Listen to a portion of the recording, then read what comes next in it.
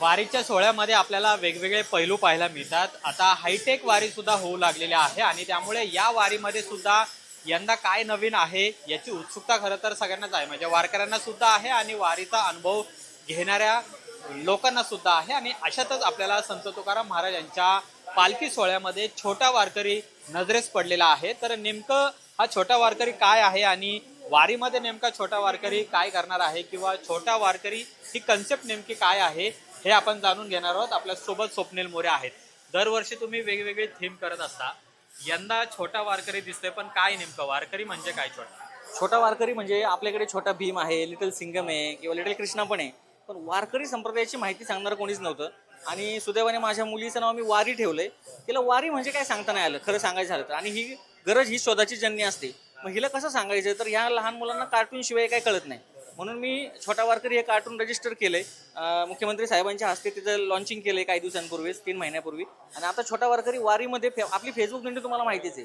Facebook दिंडीमध्ये सहभागी होऊन छोटा वारकरी सगळ्यांना वारी घडवणार आहे. तोही वारी करणार, त्याची पहिलीच वारी आहे. आणि वारीमध्ये काय काय होतं, विसावे कुठे आहेत, वारीतलं महत्त्व काय आहे, एखाद्या पायघड्या होतात वारीमध्ये आमच्याकडे, त्याचं काय महत्त्व आहे, किंवा मेंढ्यांचं रिंगण होतं ते कसं होतं, हे सगळं सांगणार आहे वारकरीमध्ये. आणि संतांचे विचारही सांगणार आहे. वर्षभर तो वारी तर करणारच आहे, जो काही 15-20 दिवस असेल, पण वर्षभर हा लहान मुलांना संत तुकाराम महाराजांची शिकवण, संत ज्ञानेश्वर महाराजांची शिकवण थोडक्यात कार्टून कॅरेक्टरमध्ये आणि थोडक्यात म्हणजे 1 मिनिटामध्ये कसं सांगता येईल एखादा अभंगाचं निरूपण, हे सांगायचा प्रयत्न करणार. या पारंपरिक वारीमध्ये हायटेक तंत्रज्ञानाचा सुद्धा वापर केला. सर्वच्या सर्व छोटा वारकरीचं काम AI मध्ये केलेलं आहे. मी स्वतः AIचे व्हिडिओ बनवतो आणि सगळ्या छोटा वारकरीचं डिझाईन पासून त्याच्या व्हिडिओ क्रिएशन पासून सर्व लिगल डॉक्युमेंटेशन पण AI मध्ये केलेलं आहे. म्हणजे AI इतकं पुढे गेलंय की आता माझ्यासारख्या माणसाला ज्यांनी ॲनिमेशन शिकलेलं नाही त्यालाही ॲनिमेशन करता येतंय.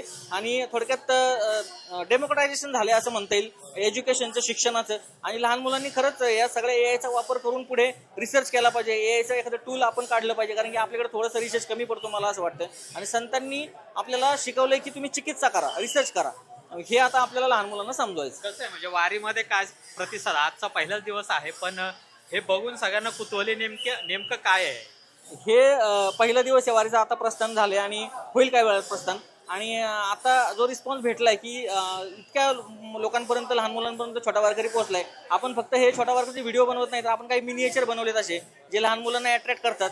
ते तुम्ही घरी ठेवू शकता किंवा तुमच्या गाडीमध्ये लावू शकता, ऑफिसमध्ये ठेवू शकता. त्यानंतर खाली त्याच्यात आपण रामकृष्ण हरी गजर पण लावणार आहे काही दिवसांनी, की तुमच्या घरामध्ये तुम्ही मंदिरासमोर तुमच्या कंटिन्यू तो रामकृष्ण हरी गजर चालेल. काही एज्युकेशनल गेम्सही आपण बनवलेत, की वारकरी संप्रदायाची आ ई बनवली आपण. म्हणजे अभंग, आ म्हणजे आळंदी, हे लहान मुलांना कळलं पाहिजे. आणि ते गिरवायचं वगैरे असं लहान मुलांचं आपण करतोय. शिवाय सापशिडी बनवली आपण स्पेशल एक.